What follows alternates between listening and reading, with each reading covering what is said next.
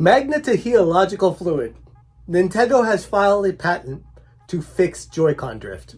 Well, that's what everyone's going to say. But actually, if you read through the patent, there's a whole lot more application and uses for this technology that goes way beyond just fixing stick drift.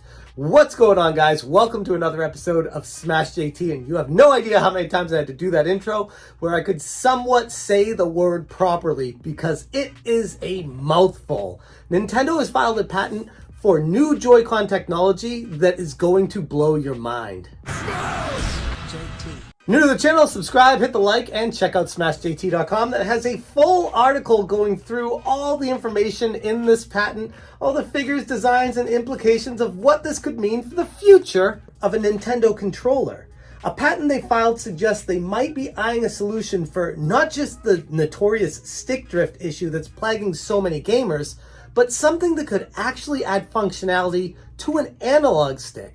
And this is something that's going to go akin to what a PlayStation 5 controller, you know, the bumper buttons on the top where if you push it, there's a pressure sensitivity to it. Nintendo is working on putting pressure sensitivity potentially into an analog stick. The joystick would be equipped with smart fluid, or more technically, magnetorheological fluid.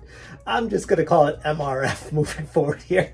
The basic idea is when you're moving the joystick, MRF adjusts the thickness. The magnets in it can control from the outside, pulling it around and telling it how thick to be and how skinny to be, so that when you push the analog stick, it would actually be easier or harder based off the inputs designed by the developers of where the controller should go, where the analog stick should go, and how easy it is to push it there. Not only would it be able to present the users with pressure sensitivity on an analog stick, but also gravitate it back towards the center by design so that it would never drift. Taking a look at this patent's intricacies, it's pretty evident that Nintendo had designed it that the traditional joystick experience would stay in place for gamers, while ensuring it's efficient to its response. The diagrams from the patent shed light on the process, illustrating how the fluid's consistency can be controlled to pull the stick back to the center. And if this magnetic fluid is able to be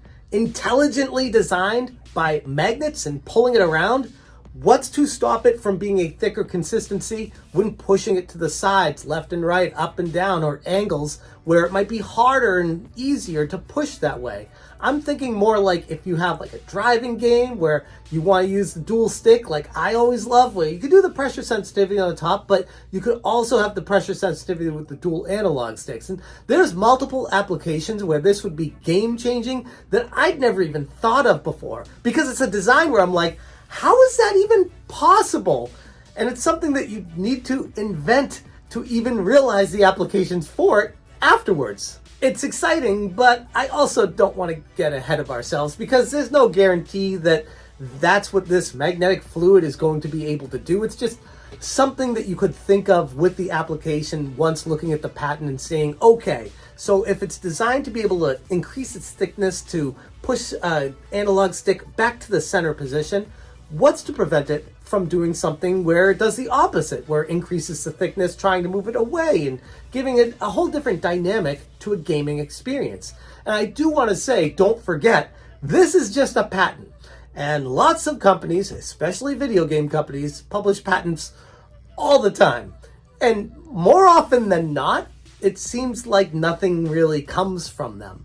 This one seems a little bit different though, because this one feels like there's actually a application for it, and if the technology is there and they've designed it and able to and can do it at an affordable, somewhat affordable price, it would be such a cool, different, unique experience where you couldn't get this on PlayStation, you couldn't get this on Xbox, you can't replicate it on PC. And based off Nintendo's history, they always try to do something a little bit different.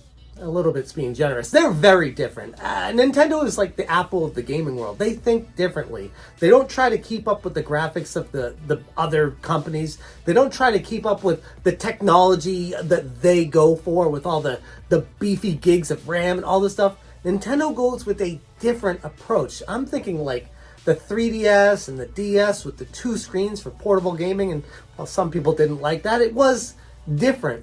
More importantly, very challenging to replicate. And Nintendo wants to build something where it can't be replicated easily, where you get an experience unique to a Nintendo platform, where you have to go to Nintendo for it. Otherwise, you just go to the other developers for it. Think of the Wii controller and Wii Bowling. Yeah, in hindsight, it's not really the craziest tech, but when it came out, it was game changing. And that's what I look at this Smart Fluid patent, where it's game changing, especially now where no one else has it. It's a very interesting prospect that I would actually expect Nintendo to follow through on. Again, they've made plenty of patents. I remember the heartbeat sensor on the finger for Resident Evil and stuff like that. That I don't know if that ever even came to fruition, but it was marketed as like a huge deal, and then nothing really. It just fizzled out. So again, it's a patent. Who knows what's going to happen with it? But it is pretty exciting to know that one, Nintendo is noticing that the stick drift is an issue. They're acknowledging it and they're proactively attempting to fix it. But two, the applications beyond just fixing the stick drift, where this could be a completely new game experience for moving the analog stick around and feeling different pressure, and maybe thinking like party games and things like that. Just off the top of my head here, where you're trying to navigate a dark screen and the only way it lights up is if you can sense the different pressure on the analog stick, and when it's harder pressure you don't go, but lighter pressure you can go, but it's constantly adjusting so that you try to navigate by predicting the heaviness and the lightness of how the pressure is. Again, just throwing ideas out there where it's a new gameplay experience that you can't replicate or do on another platform. So from that perspective, it's very exciting, and I'm very interested in following this story, and I'll keep you guys informed if I hear anything new on it. But yeah, that is the long and the short of it. Nintendo has filed a patent for magnetic fluid in an analog stick. So only Nintendo, always doing something a little bit different. According to the patent, Nintendo says the speed of return of the operational element, the stick, to the initial position can be made faster in the controller using the MRF. In addition, it is possible to achieve both presentation of a feeling to the user by the operation element and an operation of the operation element returning to the initial position.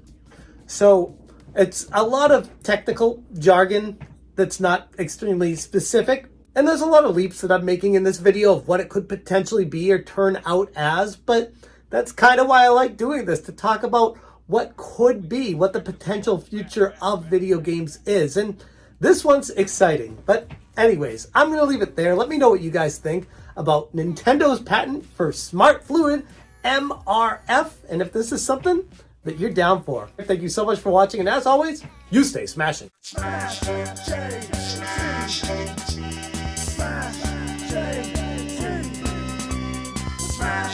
J.